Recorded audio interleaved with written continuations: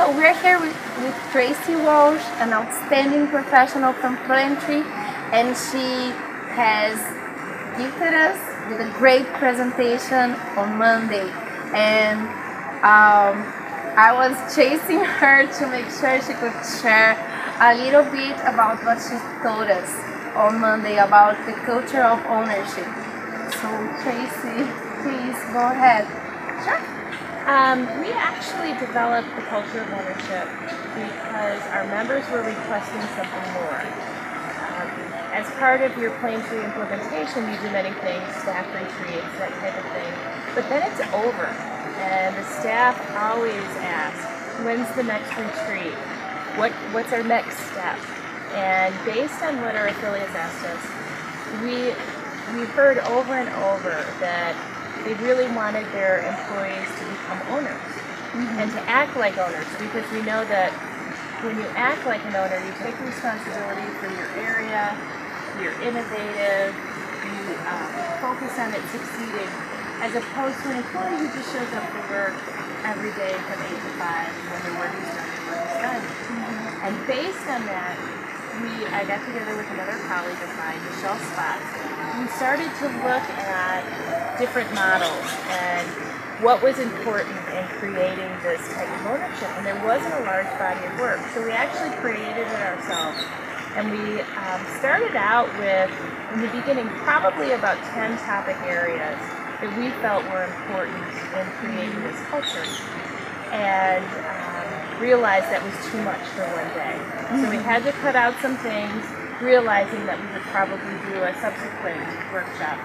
And then what we did was take those topic areas. Every day would start with, first you had to define your organizational identity and recognize the behaviors of your organization.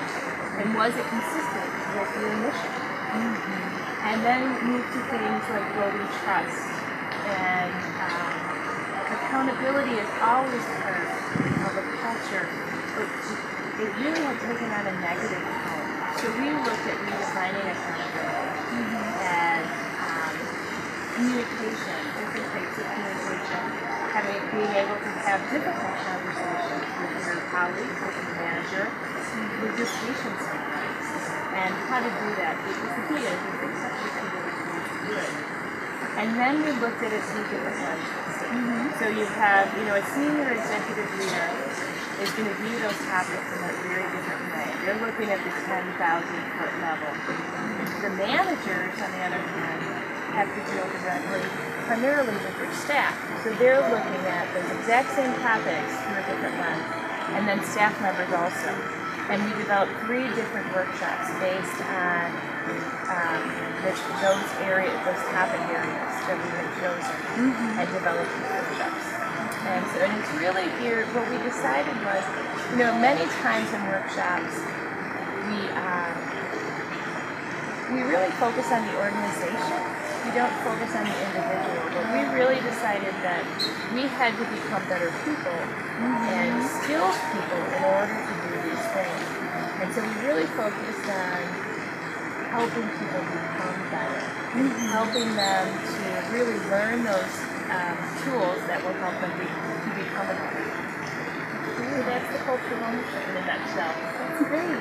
And tell us a little about the culture of saying yes or breaking the no. Sure, please. One of the things we realized when we were looking at communication, how the communication module was, looking at it from the leader's perspective, what was the most important thing in communication at that moment? That was the skill we wanted to focus on. And, you hear, there's been movies about saying yes, other folks have talked about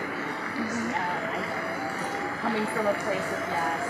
And so it really seemed like, and I know my experience in the media was, we do get stuck in the mouth. And certainly the organizations that I've worked with, we always hear about why it can't happen.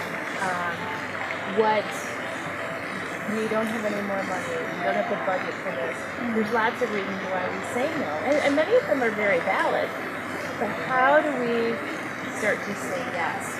So one of the first things we do is ask people to take a self-assessment to really understand their organization, and do they live in a land of yes, or is it really more of a no environment where when you want to implement something new, it's very difficult.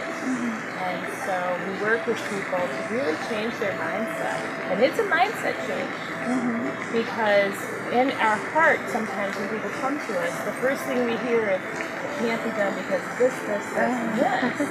But we've got to start thinking instead of, how can it be done? It can be done. Now, it might not be exactly the way the person would like, but we've got to find a way to find a yes in everything that comes your way. So we give people the opportunity to practice those skills, so that when the next time an employee comes to them, that they do come to a place of yes, and start to practice those techniques. That's great. Thank you a lot for your participation, and congratulations on your great work with Plantry around all the world.